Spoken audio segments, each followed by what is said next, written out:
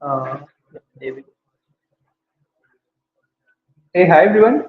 Thanks for joining in on this conversation today and hearing us about the advanced taxes. Today we have CA Saikat Roy from ClearTax, and I'm Puneet, founder of Coinex. So today we are here to discuss about what is the advanced taxes. With we are in the month of March. It's about 11th of March today. 15th is the deadline, an important deadline in an ITR filing stage, and there are some actions that you as an individual might have to do in the next 4 days to comply with the local laws of India and local ITR filing laws. So today we'll understand more about what are the advanced tax obligations, who is required to pay these advanced taxes, how can you actually pay these advanced taxes, and where Coinex and ClearTax can come in and help you in this journey. And if you're particularly investing in cryptocurrencies and are trying difficult to understand how can you calculate the taxes of it, we would also cover a part of it. So yep, looking forward to interacting with you all, and like at the towards the last of this session, we'll be also opening up questionnaires. So any time during the conversation, if you have any questions, feel free to start commenting them out for us, and then I would pick it up and ask Saikat these set of questions towards the end. So hi Saikat, first of all, welcome and thanks for joining in today here. Thank you, Punit. Thank you for having me. It's a pleasure to be on board with Coinex. And over here in Clear, we are trying to make financial lives simple for Indians. And obviously, you are giving them another opportunity to invest and substantially grow their wealth. So, kudos to you for that. And let's try to simplify the people's query regarding taxation and wealth creation in this webinar. Sounds great, Saikat. Thanks a lot.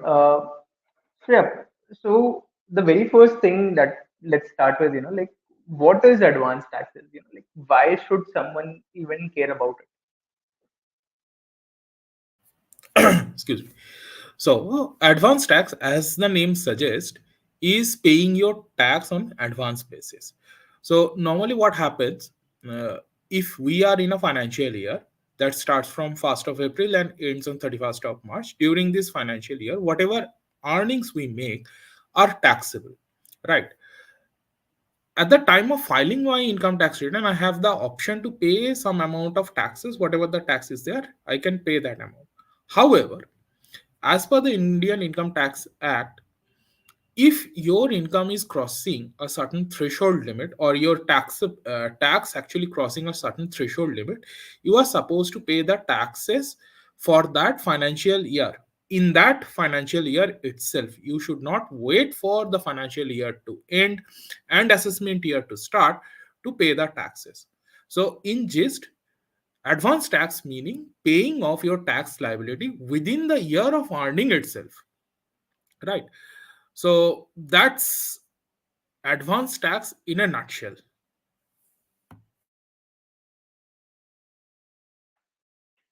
Interesting. Okay, Saikat. So the next question around this would be like, who would be liable to pay advance taxes? Let's say, like I am a salaried individual. I am making, for example, like, is there a slab bracket above which, if my earning is above that, only then I need to pay taxes?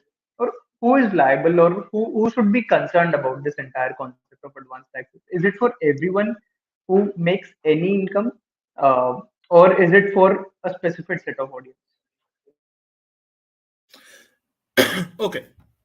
So again, that's a very interesting point to be touched upon. Uh, Before answering that, I would like to clarify one thing. That is, many people are under the assumption that uh, just by paying the taxes, that would actually fulfill all the tax compliance, right? But that is not the case. So tax compliance actually happens in two parts. Number one, you need to pay the taxes. Number two, you need to file your income tax return. People often interchangeably use these two words, paying the taxes or filing the taxes, etc. etc. These two are completely separate event, right? So never interchange these things too. these two things, right? So many people may think that since I have paid the taxes already, there is no requirement for me to file my income tax return. That is not the case. You are always supposed to file your income tax return. More specifically, if your income is more than the basic exemption limit of 2.5 lakh rupees or 3 lakh rupees under the new tax regime. Now, having said that, let's try to understand who should be paying the advance taxes, or rather, what classes of people advance tax liability are placed upon. So, normally speaking, any person who has a tax liability, outstanding tax liability in excess of 10,000 rupees, that person is required to pay taxes on advance basis. Now, if we look at this, 1,000 rupees of tax liability is very nominal, right? Because if you have, let's say, 5 lakh rupees or income, or 6 lakh rupees of income, at that point of time you could easily pay around 20, 15, 17,000 rupees of taxes, right? So all the classes of people would fall into it. But the important point to remember is, while computing the outstanding taxes, you need to consider whatever the TDS that has already been deducted by the payer, right? So so there are so firstly we need to calculate what is the tax liability I am having. Secondly, I have to reduce all the TDSs, etc., etc., and that would give me the actual outstanding tax liability. If this amount is more than 10,000 rupees, in that scenario, I am liable to pay advance taxes. And that actually does not really discriminate. You could be a salaried individual, you could be business person, you could be freelancer, you could be having only capital gains, a trader, crypto trader. So all those classes of people who has income, and those income, the taxes upon those income, if it is crossing 10,000 rupees after all the tax deductions and everything, in that scenario that person is liable to pay advance taxes.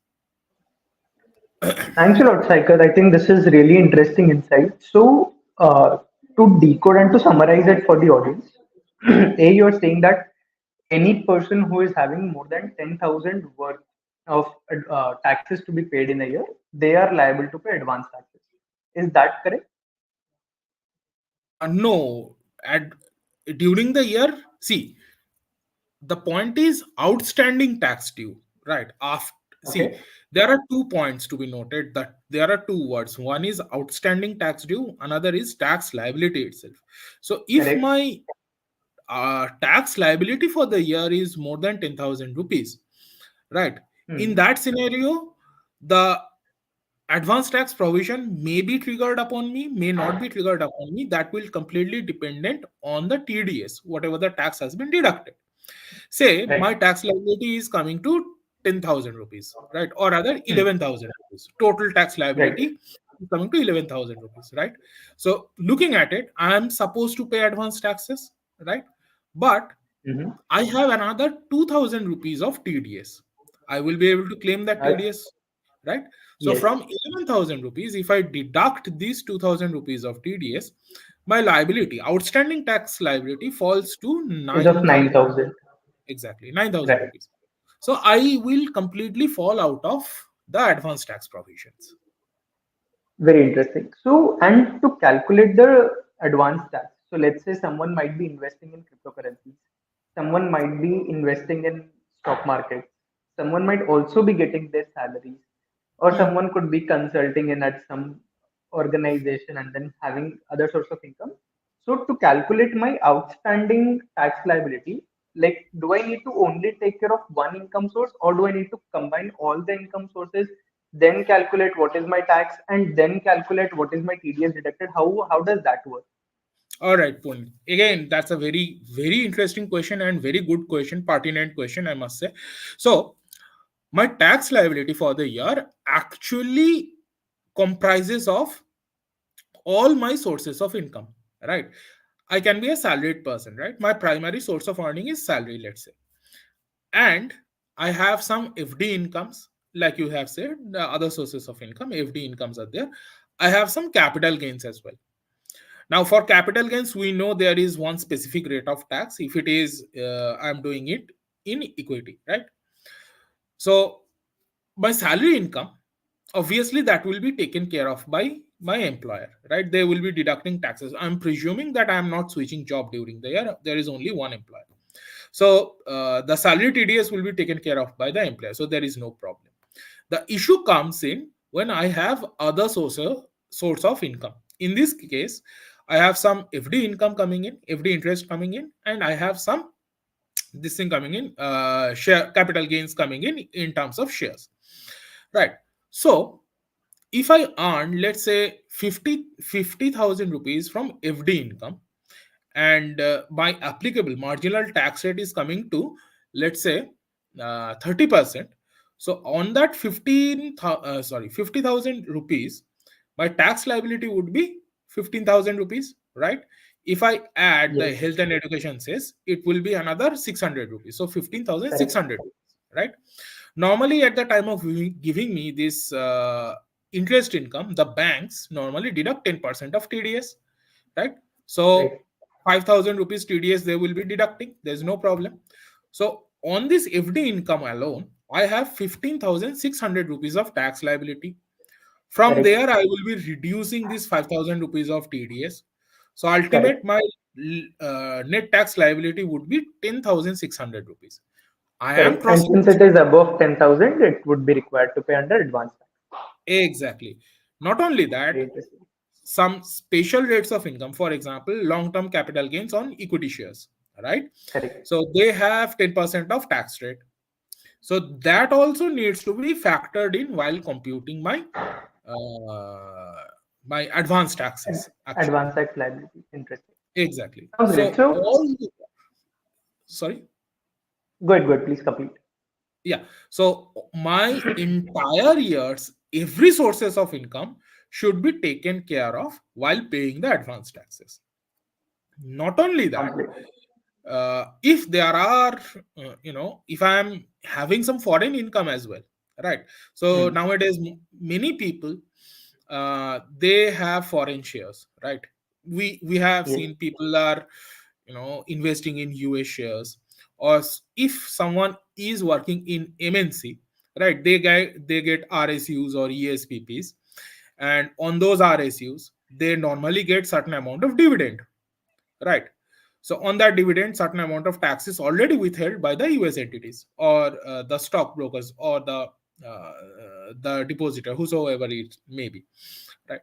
So that amount of taxes that they have withheld, as per India USA DTAA, I'm allowed to get the credit of it, whatever amount of tax they yes. have with, right? Hmm. So at the time of advanced tax calculation, the foreign incomes should also be part Should of also be my. calculated. Exactly. Along with Advance. that, whatever the benefit I'm getting under DTAA, that should also be factored in. I mean, it Okay. needs to be reduced from my overall tax liability. Tax So income. Makes sense. that will Makes give sense, me I a can. comprehensive view of my advanced taxes. Very interesting. So some of our audience are also, in the comments they have mentioned that they want to hear it in Hindi. So maybe I'll try to summarize what Saikat said in Hindi. And then, so guys, pretty much it is कि अगर आपको एक total taxable income देखना है अपना साल का total income देखना है. This income, ये income हो सकता है salary का income, ये income हो सकता है crypto में कमाया हुआ income, ये income हो सकता है आपका mutual funds, stocks, share market, bank में इंटरेस्ट आ रहा है, मल्टीपल सोर्स ऑफ इनकम हो सकते हैं. ईच इनकम सोर्सेज का अलग अलग स्लैब ब्रैकेट्स है. जैसे क्रिप्टो का 30% प्लस सेस प्लस सरचार्ज है. सैलरी का जिस ब्रैकेट में आप फॉल करोगे उस ब्रैकेट के अंडर में आएगा. अगर आप न्यू रिजीम में हो तो 7 लाख 10 लाख ऐसे अलग अलग ब्रैकेट्स है, उसके अकॉर्डिंग आपको कैलकुलेट करना है. फिर इंटरेस्ट इनकम का अलग सेक्शन आएगा. अगर आप स्टॉक मार्केट में इन्वेस्ट कर रहे हो तो लॉन्ग टर्म स्टॉक है या शॉर्ट टर्म स्टॉक है, उसके हिसाब से तो आपको हर इनकम को लेना है. उसके रेस्पेक्टिव में कितना गेन लग रहा है, उसके रेस्पेक्टिव में कितना स्लैब है, उससे उसको कैलकुलेट करना है जिससे आपका टैक्सेबल अमाउंट निकल के आएगा. तो ये आगे आपका टोटल एक प्रोजेक्शन ऑफ कितना मेरे को टैक्स भरना है, एक अंदाजा आपको लग जाएगा कि इतना लगभग इस लाइन आइटम से मेरे मुझे इनकम मिल रही है तो इतना मेरा टैक्स होता है। अभी आप जब ट्रेड करते हो, अगर आप इंडियन एक्सचेंजेस, क्रिप्टो एक्सचेंजेस के ऊपर ट्रेड किए हो तो आपका टीडीएस कटा होगा। अगर आपको सैलरी मिलती है तो टीडीएस कटा होगा। तो ये जो सारा टीडीएस आपका कट रखा है, उसको आपको सेपरेटली देखना है। तो फिर आप देखोगे कि टोटल टैक्स आपको एक साल में कितना भरना था, टीडीएस कितना जमा हो गया है ऑलरेडी, और बैलेंस अमाउंट देखना है। अगर बैलेंस अमाउंट 10,000 के ऊपर बन रहा है, देन आपको एडवांस टैक्सेस फाइल करने की जरूरत है, एंड आपको एडवांस टैक्स डिपॉजिट करने की जरूरत है। ये ओवरऑल समरी है जो अभी तक हम डिस्कस किए। साइकत, आपको इस पे कुछ ऐड करना है या any other comment? Actually, Puneet, you have covered all the basic points. So अभी मेरे को तो ऐड करने की कोई जरूरत नहीं लग रहा है. Great, thank you. तो इसके बाद अभी जैसे अगर हम नेक्स्ट टॉपिक के ऊपर आए, तो अगर एडवांस टैक्स जमा कैसे करें, मानो मैं कैलकुलेट कर लिया, मुझे सब पता चल गया कि अब मुझे 15,000 रुपये डिपॉजिट करना है, तो क्या मैं हम्म. जाके अभी से अपना इनकम टैक्स का रिटर्न फाइल कर दूं या एडवांस टैक्स भरूं? तो कैसे भरूं, कैसे भरा जाता है? अच्छा, देखिए, इनकम टैक्स रिटर्न भरने का तो अभी कोई क्वेश्चन ही नहीं आता है, क्योंकि अभी तक एक्चुअली जो फॉर्म्स है, फॉर्म्स पीडीएफ फॉर्मेट में रिलीज हुआ है डेफिनेटली, लेकिन जो सॉफ्टवेयर यूज होता है वो अभी तक रिलीज ही नहीं हुआ है. So there is no question of filing your income tax return at this point of time. Not only that, uh, even if the files are released, even if the form, software, everything is released, it is better to wait at least for some time, because you see, there are two components of filing your tax return. Number one, you showing the income. Number two, you claiming the tax that has been deducted. Now जो भी tax deduct होता है वो भी एक return के through government को intimate किया जाता है. टैक्स पेमेंट तो होता है. Not only that, along with that, one tds return is also filed, that is filed quarterly. Now वो tds रिटर्न में दिखता है कि XYZ पर्सन के अगेंस्ट में उसको कोई एक कंपनी से 10,000 रुपीज दिया है, और on that 10,000 rupees, 1,000 rupees of tax has been deducted and deposited. Now, if these two things are not matching, your claim of TDS will be rejected. Right? For example, I'm getting 10,000 rupees every quarter. Right?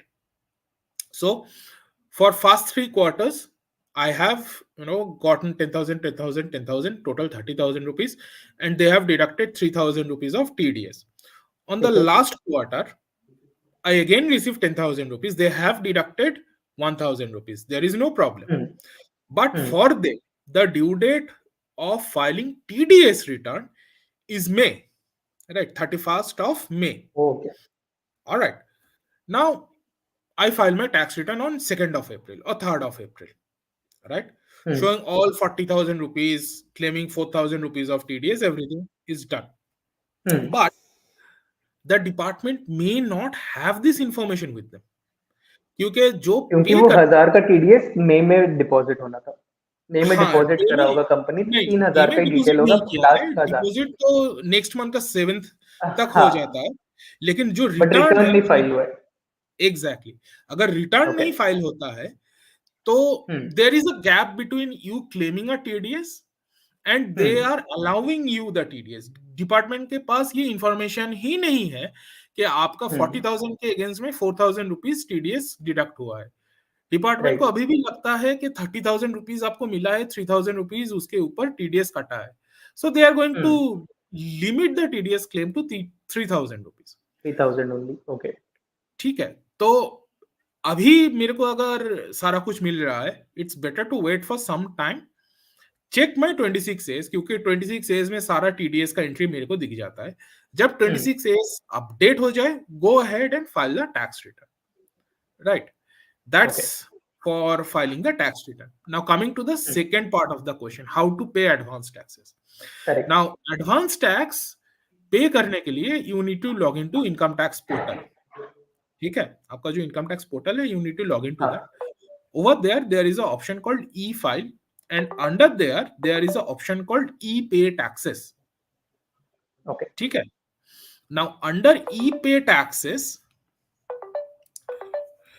under e-pay taxes, uh, you need to go to, if you click e-pay taxes, a new page will open up, right? And you need to select income tax. The code Hmm. for income tax is advanced tax is code 100. It will be Right. written as well adवांस taxes. So आपको वो advance tax वहाँ जाके click करके पे करना है. Now there are two things I would like to mention over here. Number one, अगर आप पे करने जाते हो तो please make sure you are correctly choosing the assessment year. The Hmm. current assessment year is 24-25, assessment year 2024 and 25. इस चीज को हाँ. आपको एकदम प्रॉपर तरीके से देखना है. दूसरा चीज है, एडवांस टैक्स का जो हेड है, माइनर हेड है, उसको भी करेक्टली चूज करना है. बहुत बार ऐसे हुआ है, people erroneously has selected a completely minor head even though they have paid the taxes, right?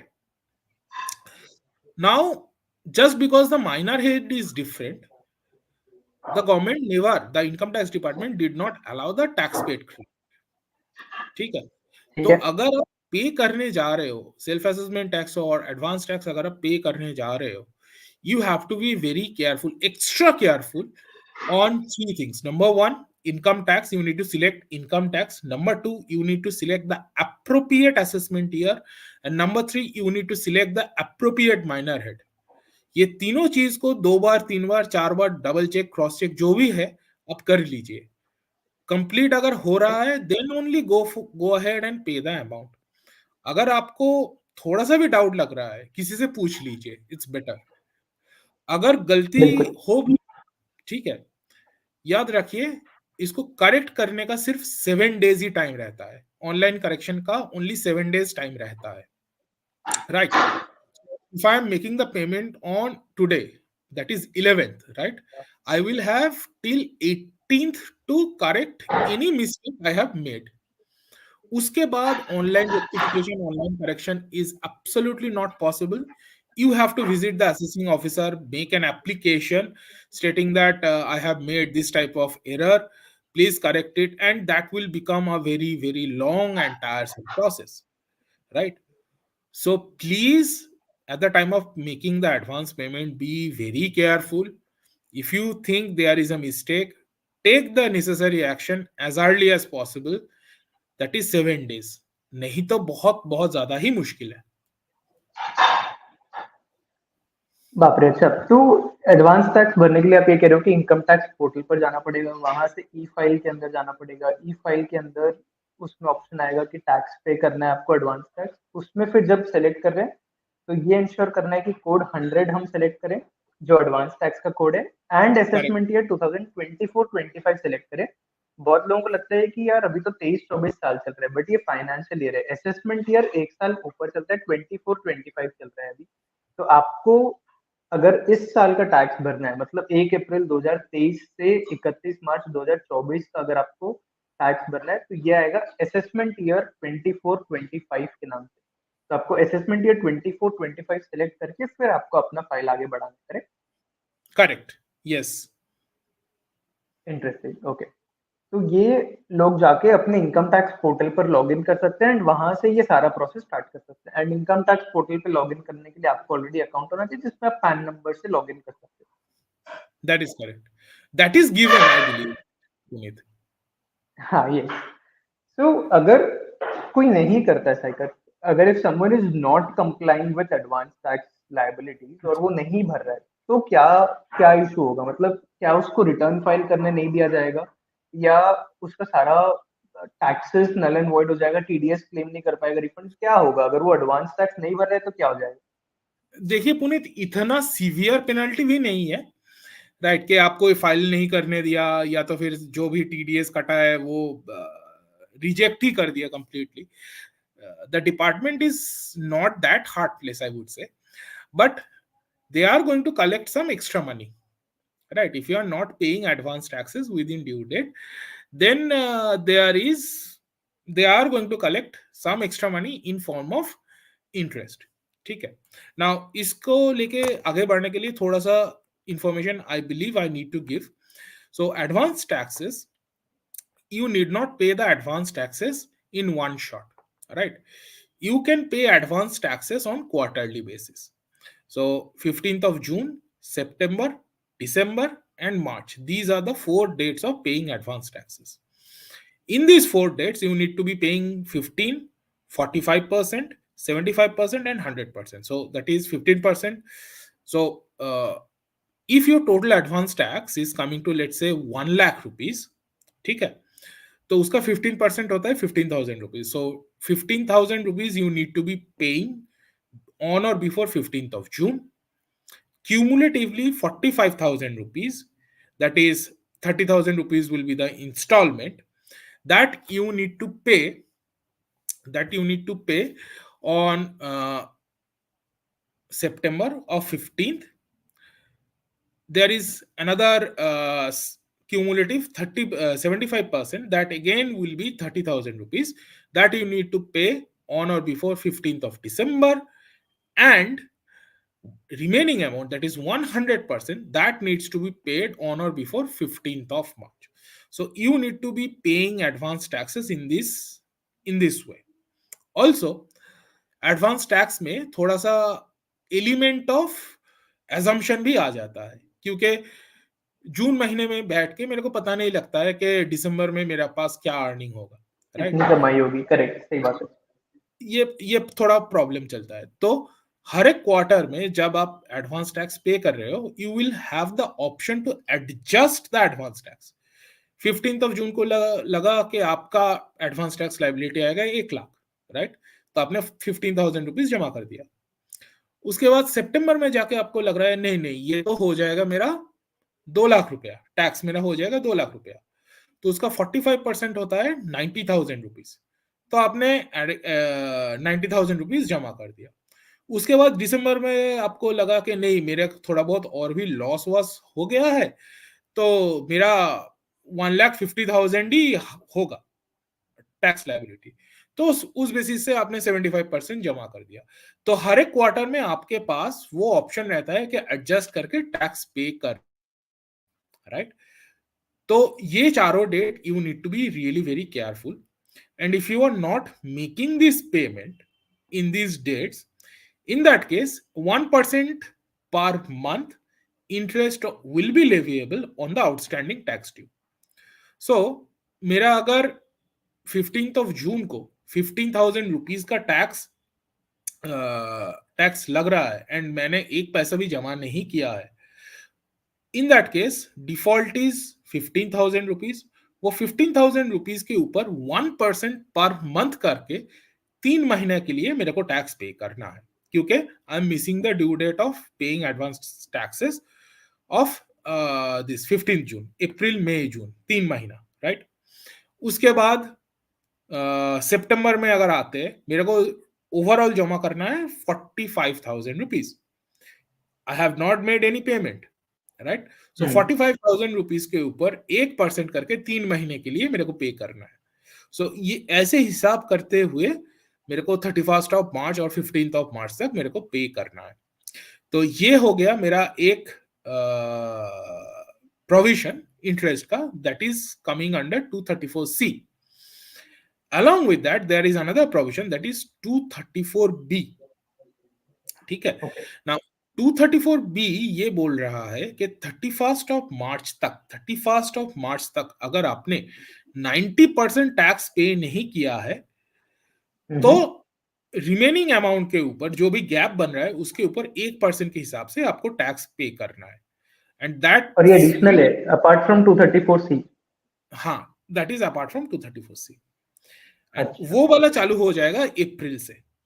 तो अगर आप अच्छा, एडवांस टैक्स पे नहीं कर रहे हो तो 2 सेक्शन आपके ऊपर अट्रैक्ट होगा, एक होगा 234C, दूसरा होगा 234B। ओके। तो साइकत, इसमें काफी इंटरेस्टिंग चीज आपने बताया। आपने ये बताया कि ये जो मुझे कैलकुलेट करना है कितना कितना एडवांस टैक्स भरना है, जैसे हम अभी डिस्कस कर रहे थे कि है ना, मुझे पहले कभी 15% भरना है, उसके बाद जून में 15 जून के पहले 15% भरना है, 45% 15 सितंबर को भरना है, 75% 15 दिसंबर के पहले भरना है, और 100% 15 मार्च के पहले भरना है। तो ये ये जो 15% है, ये मेरा पूरा साल का मैं अनुमान लगाऊंगा, एक एक्सपेक्टेड लगाऊंगा कि मेरे साल भर में कितना इनकम होगा, उसका 15% है, या जो मेरा 3 महीने में कमाई हुआ है उसका 15%, ये क्या है? पूरा साल का, यहाँ पे आएगा पूरा साल का। से फॉर एग्जाम्पल मेरा पूरा साल का इनकम आ रहा है 2 CR, ठीक है। हाँ। 2 CR के ऊपर मैं अज्यूम कर रहा हूँ कोई टीडीएस कट नहीं रहा है, 2 CR हम्म। मेरा इनकम है। तो उसके ऊपर मेरा लगभग 60 लाख रुपीज का आसपास मेरा टैक्स बन रहा है। तो ये जो हम्म। 60,000 है, उसका 15%, that is 9 lakh rupees tax मेरे को 15 जून से पहले पे करना है। भले ही आपकी कमाई हुई चाहे नहीं हुई, आपको 15% उस दिन पर भरना है, एज्यूम करके कि मेरा साल भर में इतना इनकम आ जाए। और अगर मानो इनकम कम आया, तो फिर आप ये कह रहे हो कि 15 या ज्यादा आ गया, तो जब मैं अगला टीडीएस भरूंगा, अगला एडवांस टैक्स जो भरूंगा मैं 15 सितंबर को, तो मैं एडजस्ट करके भर दूंगा कि ना, मुझे लग रहा था कि 2 करोड़ आएगा बट एक्चुअल में 5 करोड़ आ गया, तो उसके लिए अब 45% टोटल हो जाना चाहिए मेरा 15 सितंबर तक। बट करेक्ट, अगर करेक्ट, 2 करोड़ की जगह 1 करोड़ आ गया, तो उसका 45% मेरे को इंश्योर करना है कि 15 सितंबर तक होगा। Correct, yes. Interesting. Okay, so thanks Saikat, I think ये काफी हेल्पफुल था। तो इसमें अभी लोगों को ये क्लियर हो गया कि एडवांस टैक्स किसको भरना है, कब भरना है, कैसे भरना है, और अगर नहीं भरोगे तो क्या होगा। तो एडवांस टैक्स के रिलेटेड हमने काफी कुछ चीजें कवर कर ली। अब आते हैं हम, बहुत सारे यूजर्स अभी इंटरेस्टेड होंगे, उनके बहुत सारे क्वेश्चन होंगे क्रिप्टो करेंसी के ऊपर, टैक्स कैसा है, कैसे लगता है, कैसे नहीं लगता है। तो उसको भी हम है ना धीरे धीरे एक एक अनवेल करना स्टार्ट करते हैं, समझना स्टार्ट करते हैं कि क्या होता है क्रिप्टो करेंसी के टैक्सेस, कैसे कैलकुलेट होते हैं। एंड अगर आप ट्रेड करते हो क्रिप्टो करेंसी में इंडियन एक्सचेंजेस के ऊपर, इंटरनेशनल एक्सचेंजेस के ऊपर, अगर आपको एयर ड्रॉप हुआ है, फ्यूचर में ट्रांजैक्शन किया है, तो उसके टैक्सेस कैसे लगे। तो साइकत, लाइक आप बेस स्टार्ट कर दीजिए, may be in terms of कि क्रिप्टो करेंसी का टैक्स नियम कैसा है। आई थिंक ये तो सारे यूजर्स को भी पता ही है कि 30% सीधा सीधा टैक्स है, बट आप उसके ऊपर और कुछ ऐड करना चाहोगे कि 30% तो है, बट उसके अलावा और क्या चीजों का ध्यान रखना देखिए, सबसे आई वुड से कि बुरा चीज ये है क्रिप्टो करेंसी का जो टैक्सेशन, दैट इज, इसको लेके बहुत एम्बिग्विटी है, इसको लेके बहुत सारा क्लैरिफिकेशन का जरूरत है from the department themselves, because there are lot of question that are on the air, right. यहाँ पे सिर्फ एक ही चीज को लेके कंसिडर किया जा रहा है कि I have some crypto asset, I am selling off that crypto asset, excuse me, I'm selling of that, and whatever the gains I'm making, I will be paying the taxes on that. But there are a lot of other important aspects of this cryptocurrency transaction, crypto transaction, or rather VDA transaction, I must say. तो उसके ऊपर कैसे क्या taxability आएगा, we are little in the dark on that. For example, staking, right? There is a phenomena called staking. So, what will be the taxation of that? Puneet, do you have something to share on this? है। तो staking में again मतलब, जैसे आपने क्या, ambiguity बहुत ज्यादा है। तो कोई लोग किस टाइप से एज्यूम कर सकते हैं, कोई लोग किसी और टाइप से एज्यूम कर सकते हैं। एक तरीका स्टेकिंग को देखने का ये है कि मैं फिक्स डिपॉजिट के जैसे एक क्रिप्टो को लगा दिया हूँ, उस पर मैं इंटरेस्ट जनरेट कर रहा हूँ, जो मेरी इंटरेस्ट आ रही है मैं इंटरेस्ट के ऊपर इनकम दूंगा। एंड मुझे अगर मानो मैंने एक ईथर को स्टेक कर दिया, एंड उसके लिए मुझे for example 0.01 ether daily as an interest reward मिल रहा है। तो अब ये मेरा 0.01 ईथर डेली एक इनकम के जैसे ट्रीट हो रहा है, एंड मुझे इसके ऊपर टैक्स देना है। अब वो ईथर का प्राइस क्या है उस दिन के ऊपर, उसको हम आईएनआर पे कन्वर्ट करेंगे, तो वो मैं लगभग एक अंदाजा लगा पाऊंगा कि हाँ, इंडियन रुपी में इतना मेरा डेली का इनकम आ रहा है, जिसके ऊपर मुझे टैक्स देना है। अभी इस पे लोगों के क्वेश्चन आते हैं कि ना, अब तो मेरे को तो सिर्फ ईथर मिला था, मैंने तो उसको बेचा नहीं, मैंने तो उसको कन्वर्ट नहीं किया। फिर ईथर तो चलो मार्केट में इनफ लिक्विडिटी है इथेरियम कॉइन की कि मैं बेच सकता हूँ, बट मानो मैंने कोई रैंडम सा कॉइन स्टेक कर रखा है, जिसको मुझे स्टेकिंग रिवॉर्ड मिल रहे हैं, बट मैं उसको बेच भी नहीं सकता हूँ, उसके ऊपर अभी ट्रेड भी नहीं कर सकता हूँ। तो उसका मैं कैसे कैलकुलेट करूँ कि उस दिन पर उसकी वैल्यू क्या थी। तो ये सब चीजें अभी एम्बिग्यूटी है। बट एक तरीका मे बी इसको देखने का ये है कि जिस दिन आपको मिला उसको आप अदर इनकम के जैसे ट्रीट करें, एंड अदर इनकम में, बट ब्रैकेट इसका फ्लैट 30 रहेगा क्योंकि क्रिप्टो करेंसी है। तो 30% के हिसाब से आप इनकम मान के उसके ऊपर आप टैक्स कैलकुलेट कर सकते हो। और अगर ये ट्रेडेबल नहीं है, जो आपको स्टेकिंग का इंटरेस्ट जब भी आ रहा है वो ट्रेडेबल नहीं है, तो जिस दिन आपने कन्वर्ट किया वो पूरे अमाउंट के ऊपर, जितना भी आपका सेल अमाउंट है। एक और तरीका ये है कि मानो मुझे एक रैंडम कॉइन मिल रहा है, मानो पुनीत कॉइन, मुझे रोज 100 पुनीत कॉइन मिलते जा रहे हैं, ऐसे मुझे 30 दिन तक मिले। 30 दिन में मेरे पास अब जमा हो गए 3000 पुनीत कॉइन। और पुनीत कॉइन को मैंने एक साथ बेचा, आफ्टर एक मंथ, मतलब 30 दिन के बाद मैंने उसको बेच दिया, और उसको बेचने के बाद मुझे लाख रुपए फॉर एग्जाम्पल। तो मैं अब वो पूरा 1 लाख को एज एन इनकम के जैसे ट्रीट करूँ, एंड वो इनकम को मैंने अ, उसके ऊपर 30% टैक्सेस दे दूं। ये तब एप्लीकेबल हो सकता है जब पुनीत नाम का कोई पहले 30 दिन तक ट्रेडेबल ही नहीं था, जब जो आपको उसकी वैल्यू आप नहीं डिराइव कर पा रहे हो कि उस दिन पर उसकी क्या वैल्यू थी। तो इसीलिए मतलब अलग अलग टाइप ऑफ कॉइन को लेके अलग अलग अंडरस्टैंडिंग है। एक क्लियर गाइडलाइन आप नहीं मान सकते हो कि यही चीज है जो हमेशा ही रहेगी, यही चीज है जो हमेशा ही ऑल कंडीशन रहेगी। Depending on nature of the transaction, type of the currency involve, type of the crypto asset involve, उसकी लाइबिलिटी या उसको देखने का नजरिया पूरा बदल सकता है। Okay. Thank you, Puneet. Thank you for this clarification. So another thing that is unique to this you know digital gold. environment, yeah, that is airdrop, right? So randomly I'm getting certain coins in my wallet. हाँ So जी। how do you feel? What should be the approach over here? तो feel तो, air drop अगर मुझे ऐसा कोई चीज का आता है जिसकी वैल्यू है, तो फीलिंग तो बहुत अच्छी रहती है इन जनरल फर्स्ट, कि भाई I have earn few money, and like अब मुझे मतलब ये अमाउंट को मैं कहीं यूज कर सकता हूँ। तो फर्स्ट आई थिंक इन्वेस्टर को या जिसको एयर ड्रॉप मिला है, अगर कोई भी प्रोजेक्ट का, अभी तो लास्ट 1-2 साल में बहुत सारे कॉइन्स ने एयर ड्रॉप दिए, तो अगर आपको एयर ड्रॉप मिला है तो बधाइयाँ। फीलिंग तो काफी अच्छी मिली होगी। बट अभी प्रॉब्लम आएगा कि टैक्सेस कैसे कैलकुलेट करें इसके ऊपर, एंड एक्चुअल में इसकी फाइलिंग जब रिपोर्टिंग करेंगे तो वो कैसे करें। आई थिंक एयर ड्रॉप में भी मैं इसको स्टेकिंग के जैसे बहुत सिमिलरली देखता हूँ। एयर ड्रॉप जब आपको मिला, जिस टाइम पर मिला, अगर उसकी मार्केट में वैल्यू है, अगर उसका मार्केट में ट्रेड अवेलेबल है और आप जाके ट्रेड कर सकते हो और उसकी प्राइसिंग अवेलेबल है, तो उसी टाइम के ऊपर आपके लिए इनकम के जैसे ट्रीट हो जाएगा। एंड अगेन ये अदर इनकम में ट्रीट हो गया। मानो आज के दिन मुझे एयर ड्रॉप मिला है आर्ट फाइव टोकन का, और आर्ट फाइव टोकन 50 एक्सचेंजेस पर लिस्टेड है, मैं उसको जाके बेच सकता हूँ, खरीद सकता हूँ, उसकी इनफ मार्केट में लिक्विडिटी है। तो मैं सीधा सीधा जाके ये आर्ट फाइव टोकन को सेल कर सकता हूँ, एंड उसकी प्राइस एक ड्राइव कर सकता हूँ कि आज मुझे अगर 1000 आर्ट फाइव टोकन मिले हैं जिसकी एक की दाम $1 है, तो मुझे $1000 एज एन इनकम के जैसे मिल गया। इसके ऊपर मुझे 30% टैक्स देना है। भले ही मैं ना बेचूं, भले ही मैं आर्ट फाइव टोकन को होल्ड करके रखूं। अब क्या होगा कि मैं आर्ट फाइव टोकन को मानो 15 दिन के बाद बेचा, और जब बेच रहा हूँ मैं आर्ट फाइव टोकन, उसकी वैल्यू $1.5 हो गई, $1 से बढ़ के $1.5 अब आर्ट फाइव टोकन की हो गई। तो जब मैं एक्चुअल में उसको कन्वर्ट कर रहा हूँ, मुझे मिले $1500 मेरे बैंक में, क्योंकि मेरे को 1000 टोकन मिले थे $1.5 का ही, तो $1500 को मैंने कन्वर्ट करा। बट अभी जब दूसरे टाइम पर कैलकुलेट होगा, क्योंकि आप $1000 के ऊपर पहले ऑलरेडी टैक्स दे चुके हो। जिस टाइम पर आपके अकाउंट पे डिपॉजिट हुआ था, उसी टाइम पर आपने 1000 के ऊपर ऑलरेडी दे दिया था। तो बाकी का जो 50,000 बचा है, जो 500 बचा है, $1000 से $1500 जो हुआ, बाकी का जो $500 है, ये अब आपका कैपिटल गेन के जैसे ट्रीट होगा। तो माना जाएगा कि जिस दिन आपके अकाउंट पे आ गया, उस दिन आपने उतने में खरीद लिया है वो टोकन को। अब जब आप उसको प्रॉफिट पे बेच रहे हो, तो बाकी का जो डिफरेंस अमाउंट है $500, उसके ऊपर ही आपको 30% टैक्स देना।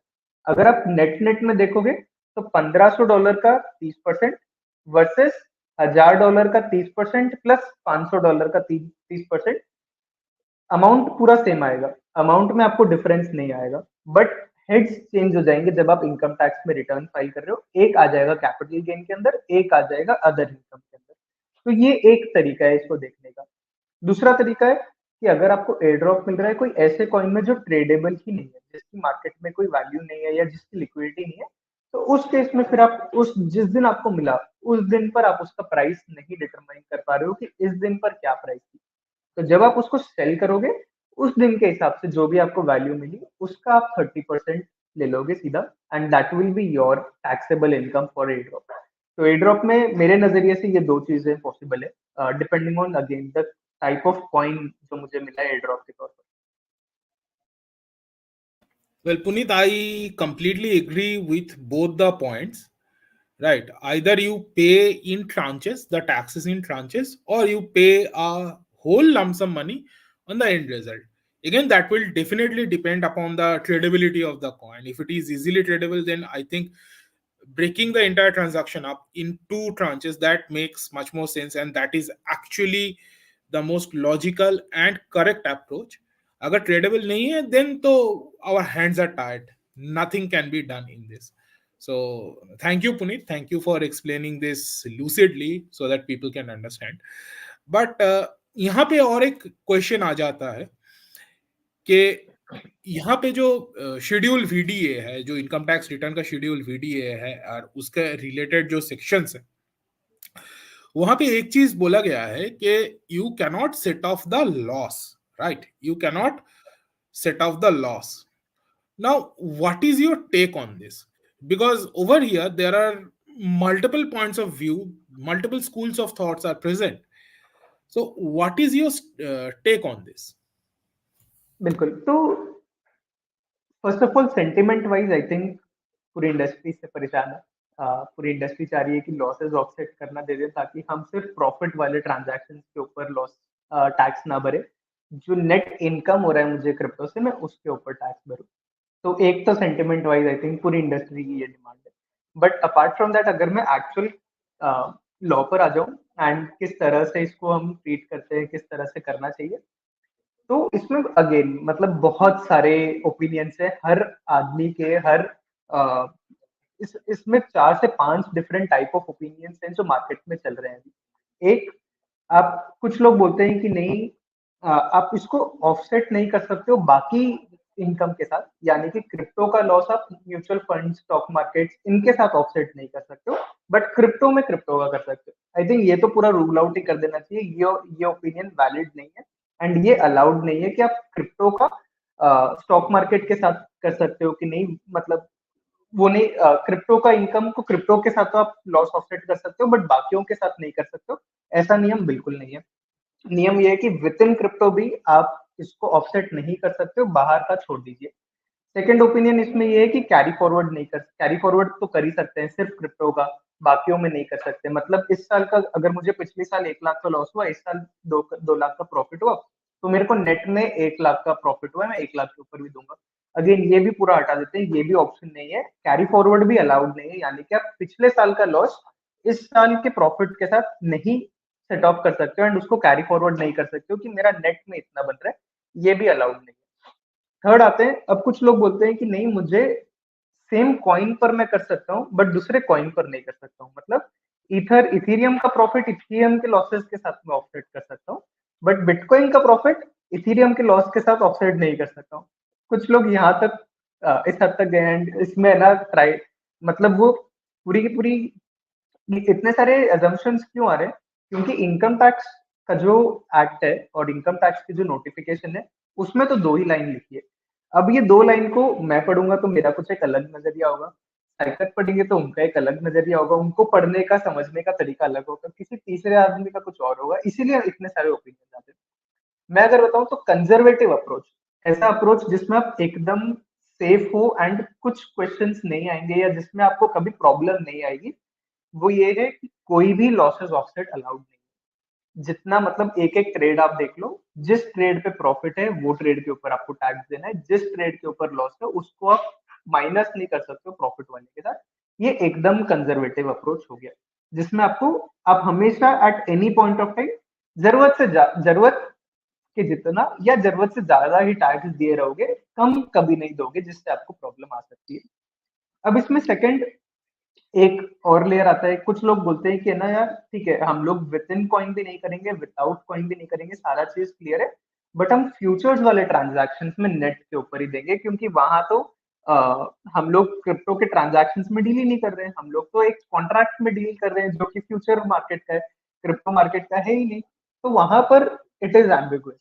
आज ना मेरे पास एक डेफिनेट आंसर है, कि कैसे ट्रीट करना चाहिए इसको। इट टोटली डिपेंड्स कि आपका रिस्क एपेटाइट कितना है और आप क्या डिसीजन ले रहे हो। आप ये रिस्क मान के चल रहे हो कि अगर मैं इसमें कुछ सेट ऑफ कर रहा हूँ या अगर मैं इसमें कुछ नेट के ऊपर दे रहा हूँ तो कल के दिन अगर क्वेरी आएगी तो मैं इसको कॉन्टेस्ट कर पाऊंगा in front of the assessing officer, और मे बी अगर रिक्वायर्ड होगा तो फिर मैं इसके ऊपर जाके मतलब इन द कोर्ट में अगर प्रोसीडिंग्स होंगे तो वो ट्रायल भी लड़ दूंगा। वो आपका रिस्क एपेटाइट के ऊपर है कि आप क्या डिसीजन ले रहे हो एंड किसके ऊपर कैसे आप उसको इंटरप्रेट करके कैसे आप अपना रिटर्न फाइल कर रहे हो।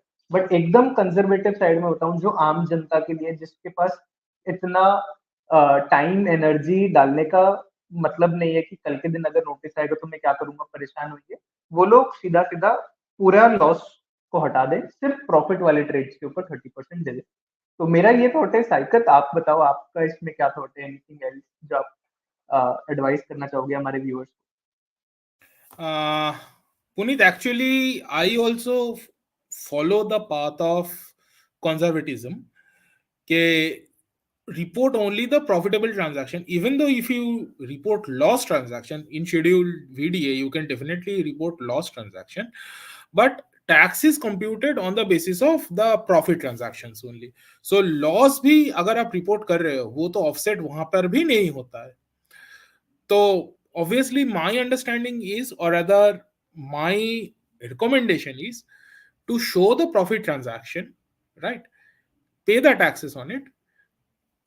Because अगर फ्यूचर में कोई भी क्वेश्चन अगर आता है, आप क्लियरली ये शो कर पाओगे कि whatever taxes was due, I actually have paid that amount, I have nothing to hide, and you will be able to substantiate your claim by showing your tax return.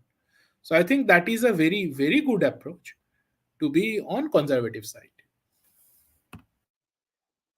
Amazing, thanks Saikat. I think सक्षम एक questions पूछ रहा है and अभी questions के लिए हम open कर सकते हैं।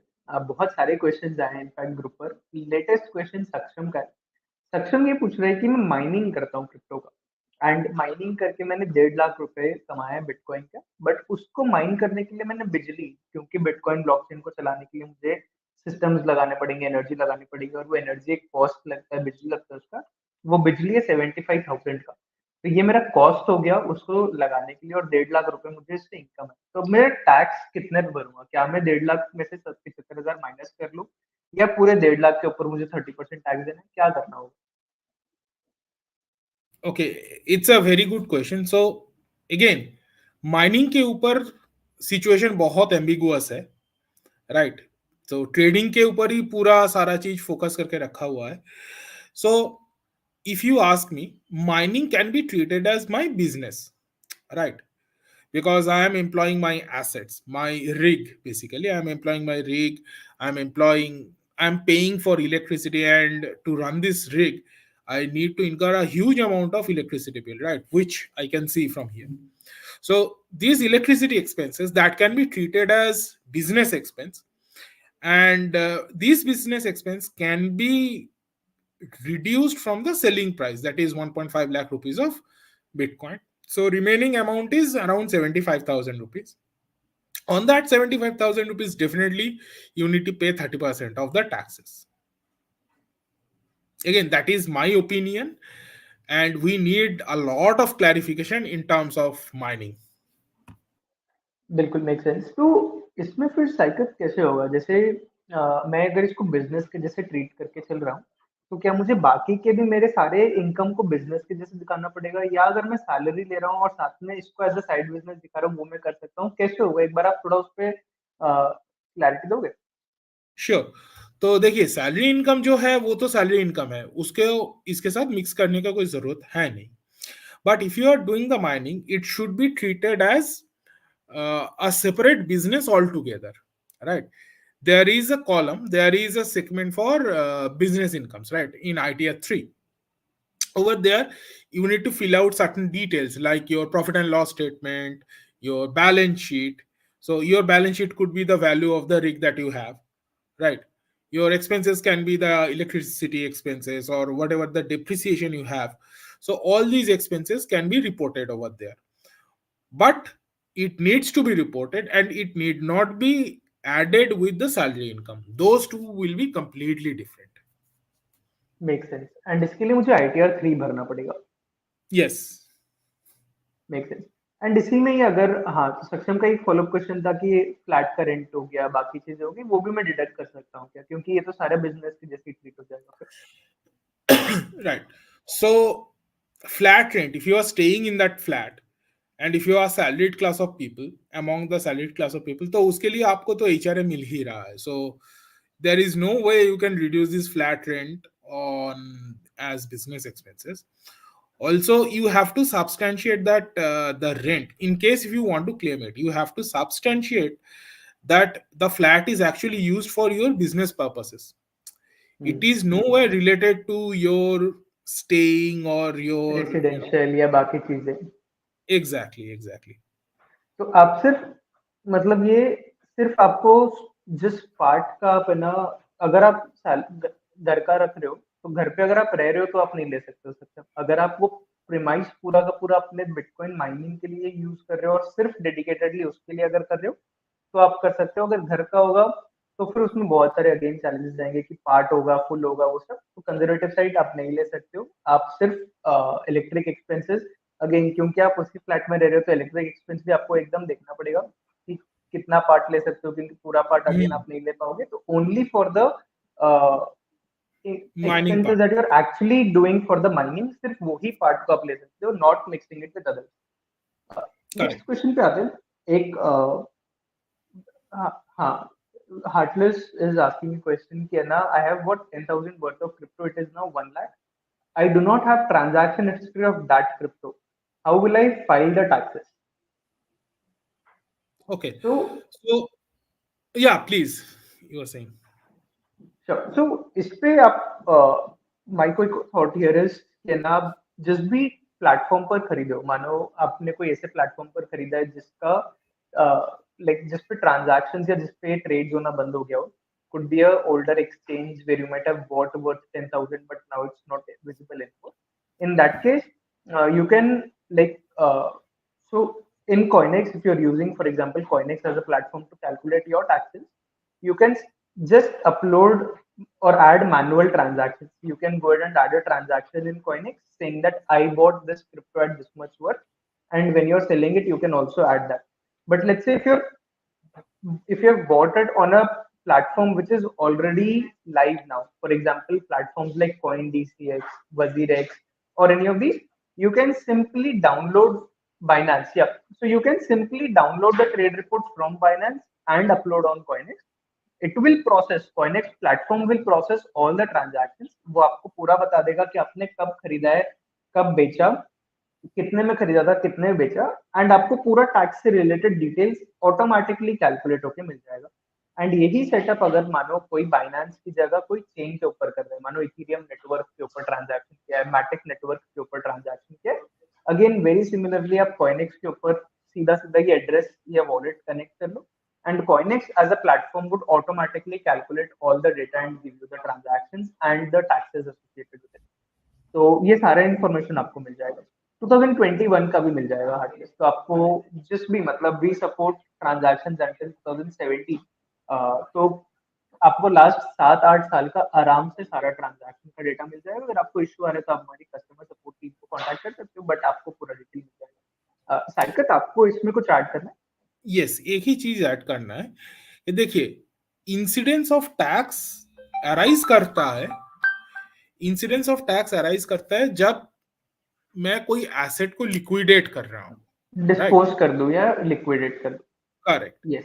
तो अगर मैंने कोई एसेट होल्ड करके अभी तक रखा हुआ है, वो आई am not liquidating it, I am not disposing it of, it does not matter whether it reaches 1 CR value or 10 CR value or 10 lakh value, उसके ऊपर इंसिडेंस ऑफ टैक्स नहीं आएगा। बिल्कुल। इंसिडेंस ऑफ टैक्स आएगा जब आप उसको dispose of कर रहे हो, लिक्विडेट कर रहे हो, आपके पास में वो अमाउंट आना चाहिए, कैश आना चाहिए, रेदर कैश तो नहीं, वो बैंक में अमाउंट आ जाना चाहिए। In that context tax will be leviable. इसमें एक ही चीज काफी इंपॉर्टेंट हो जाती है कि जरूरी नहीं है कि आप, मतलब उसको आईएनआर पे बेचो एंड बैंक में लाओ। इसमें ऐसा भी हो जाता है कि क्रिप्टो टू क्रिप्टो ट्रांजैक्शन, मानो आपके पास बिटकॉइन था, अब आपने बिटकॉइन को ट्रांसफर, एक मार्केट ऑर्डर डाला बिटकॉइन इथेरियम का, तो आपने बिटकॉइन बेच दिया और इथेरियम खरीद लिया। आपको तो लग रहा होगा कि यार मेरे बैंक में तो कुछ आया ही नहीं, तो मैं अभी टैक्स कहाँ दूं। बट एक्चुअल में जब इसको हम अकाउंटिंग के तौर पर देखते हैं, तो आपका बिटकॉइन सेल हुआ है मार्केट प्राइस पर, और एक ऑर्डर डाला गया है जो कि इथीरियम को खरीदा है मार्केट प्राइस पर। तो ये दो अलग अलग ट्रांजैक्शन है, इस पे भी आपको टैक्स लगेगा। तो अगर आप एक क्रिप्टो को दूसरे के साथ स्वैप कर रहे हो, तो ये भी सारे के सारे ट्रांजैक्शन टैक्स वाले transaction. Correct, correct. Right, I think अभी बस वी हैव 3-4 मिनट्स, तो एक एक दो और क्वेश्चन ले लेते हैं। I had bought crypto in 2020 and holding it on wallet. Now I do not have any proof of purchase. So if I sell now, what is the proof that I can show to pay the taxes? I think Sanjay, इसमें मेरा एक ही thought है कि अगर आपने wallet के ऊपर रखा है, तो वॉलेट में सारे ट्रांजैक्शन परमानेंटली रहते हैं। जिस भी नेटवर्क पे आपने ट्रांजैक्शन किया, मानो अगर आपने इथीरियम नेटवर्क पर किया, या पॉलीगॉन पर किया, या बिटकॉइन नेटवर्क पर किया, तो वो सारे ट्रांजैक्शन आपको मिल जाएगा। इवन फॉर मतलब 2008 से, जब से बिटकॉइन स्टार्ट हुआ है, तब से लेके आज तक के सारे ट्रांजैक्शन आप देख सकते हो। तो आपका 2020 में, तो वो सारे ट्रांजैक्शन आप देख सकते हो। आपको बस अपना वॉलेट एड्रेस को कोई एक्सप्लोरर पर जाके डालना है, या आप अगर कॉइनेक्स यूज कर रहे हो तो उस पर डाल दो, एंड वो सारे ट्रांजैक्शन फेच कर लेगा, भले ही वो 2020 के ही आज से। अदर आई थिंक सृजन का एक क्वेश्चन है, does CoinEx calculate my tax of bitcoin, lot of many coins swapping on DEX which isn't listed on CoinGecko, on Phantom or MetaMask or other private wallet. Uh, तो सृजन, इसमें CoinEx fetches transactions of lot of coins which are not available on CoinGecko, but मानो बहुत सारे ऐसे coins होते हैं like which we do not get prices of, क्योंकि these are, let's say, private coins. These could be coins which you have just minted and you are just trading in, you're just swapping on multiple dexes. In that case, we give you an option to go ahead and edit a transaction and add a price. So if in a particular case you're not able to see a price, Coinex labels that particular transaction as price missing. You can just filter that out from a transaction page and can manually enter the prices of these coins. So technically, you have the ability to do so. ये एक बहुत interesting question है। Second, I would you know have your thought on this. तो अगर एक हफ्ते में कोई एक्सपेक्ट कर रहा है कि उसका एयर ड्रॉप आ रहा है, अभी आया नहीं है, उसको उसको पता भी नहीं है कि कितना क्वांटिटी आएगा, आएगा भी कि नहीं आएगा, एंड जिस कॉइन का एयर ड्रॉप आ रहा है उसकी वैल्यू क्या है, उस केस में एडवांस टैक्स को कैसे कैलकुलेट करें, और एडवांस टैक्स को कैसे भरे, मतलब कैलकुलेट कैसे करें कि कितना अमाउंट हो जाएगा मेरा एक। Okay, very interesting question. See, the main issue with this scenario is I don't know what type of coin I'm going to get, what quantity of coin I'm going to get. So in this case, I would say ke not pay advance tax. I'm really surprised to say not pay advance taxes on 15th of March. Instead, pay the entire sum before 31st of March. In that way, you will definitely be paying a little bit of interest, but under 234B interest, you will be definitely be saving. बिल्कुल make sense. तो आपको 1% interest लगेगा may be, ये जो 15-20 दिन का आपने transaction किया, बट देन बाकी का जो इंटरेस्ट लगना था आपको 100%, जो एक और सेक्शन हमने बी वाला जो सेक्शन देखा था, उस 234 B right, if I am not wrong. 234B.